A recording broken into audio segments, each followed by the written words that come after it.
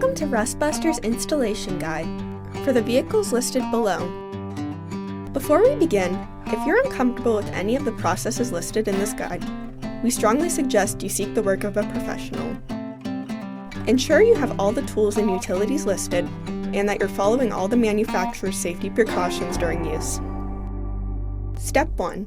Disconnect your vehicle's battery and inspect for potential fire hazards such as leaking fuel lines and engine components. Prepare or remove these before starting. Finally, clear the work area of any safety hazards. Step 2. Remove the vehicle's gas tank, exhaust hanger, control arms, and any wires and lines in the work area.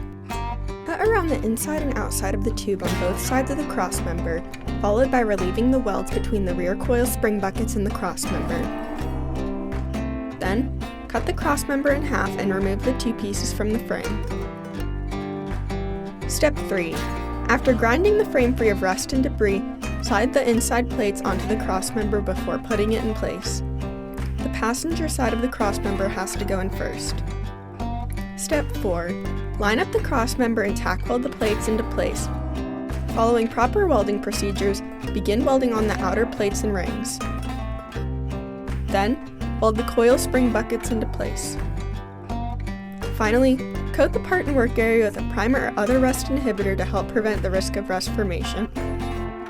Reinstall the vehicle's gas tank, exhaust hanger, control arm, and any other wires and lines. Then you're done.